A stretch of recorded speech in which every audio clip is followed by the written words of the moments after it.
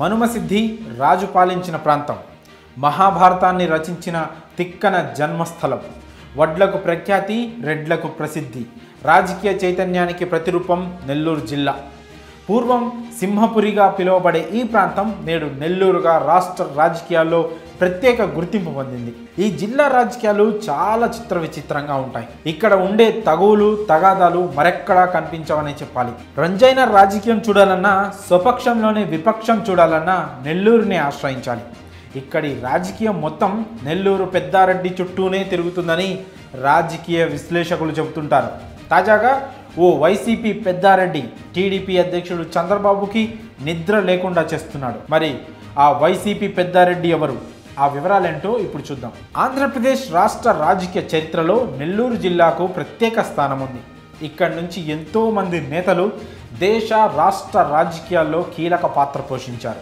ఇక్కడ చెప్పుకోవాల్సిన మరో విషయం ఏంటంటే, నెల్లూరు జిల్లా రాజకీయంలో పెద్దారెడ్లదే ఆధిపత్యం. అధికార పక్షం, విపక్షం అన్నిట్లోనూ వీరే కనిపిస్తుంటారు. రాజకీయాలకు పెట్టింది పేరు నెల్లూరు పెద్దారెడ్లు. ఎన్నో ఏళ్ల నుంచి ఇక్కడ రెడ్డి సామాజిక వర్గ ఆధిపత్యమే కొనసాగుతోంది.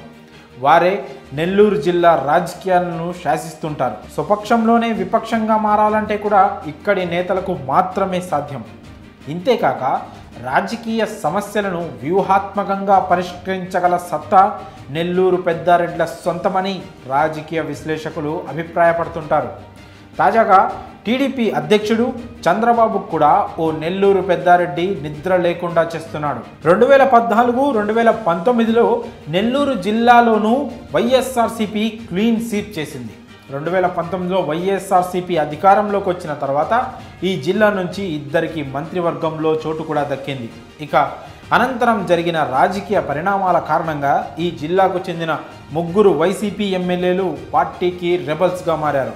అనంతరం ఏకంగా పార్టీని వీడి టీడీపీలో చేరారు. కోటంరెడ్డి శ్రీధర్ రెడ్డి, ఆనం రామనారాయణ రెడ్డి, మేకపాటి చంద్రశేఖర్ రెడ్డిలు టీడీపీలో చేరారు. దీంతో వైసీపీకి గట్టి షాక్ తగిలిందనే అభిప్రాయాలు వినిపించాయి. అయితే వెంటనే సీఎం జగన్ చర్యలు తీసుకొని మొత్తం మార్చేశారు. ఇప్పటి వరకు వైసీపీకి కంచు కోటగా ఉన్న నెల్లూరులో ఈసారి ఎదురుదెబ్బ తప్పదు అనే అభిప్రాయాలు వ్యక్తమయ్యాయి. అలానే చంద్రబాబుతో సహా టీడీపీ నేతలు లోపల తెగ సంతోషపడిపోయారట. ఇలాంటి సమయంలో అందరినీ ఆశ్చర్యానికి గురిచేస్తూ ఎంపీ విజయసాయిరెడ్డి నెల్లూరు పార్లమెంట్ సమన్వయకర్తగా నియమితులయ్యారు. వచ్చి రావడంతోనే ప్రక్షాళన మొదలుపెట్టారు. అసంతృప్త నేతలను స్వయంగా వారి ఇంటికెళ్ళి కలుస్తూ సమస్యలను పరిష్కరిస్తున్నారు. ఇలా నెల్లూరు జిల్లాలోని అన్ని నియోజకవర్గాల్లో ప్రత్యేక దృష్టి సారించి సమస్యలను పరిష్కరిస్తున్నారు. మానుగుంట మహేందర్ రెడ్డిని కలవడమే అందుకు ఉదాహరణ. ఇక నెల్లూరులో ఈజీగా గెలవచ్చు అని చంద్రబాబు ఊహించుకుంటున్న సమయంలో ఆయనకు ఈ పెద్దారెడ్డి నిద్ర లేకుండా చేస్తున్నారు. గతంలోనూ విశాఖపట్నం జిల్లా రాజకీయాల్లో విజయసాయిరెడ్డి తనదైన రాజకీయ చాతుర్యం ప్రదర్శించి అసంతృప్తులను చల్లార్చారు.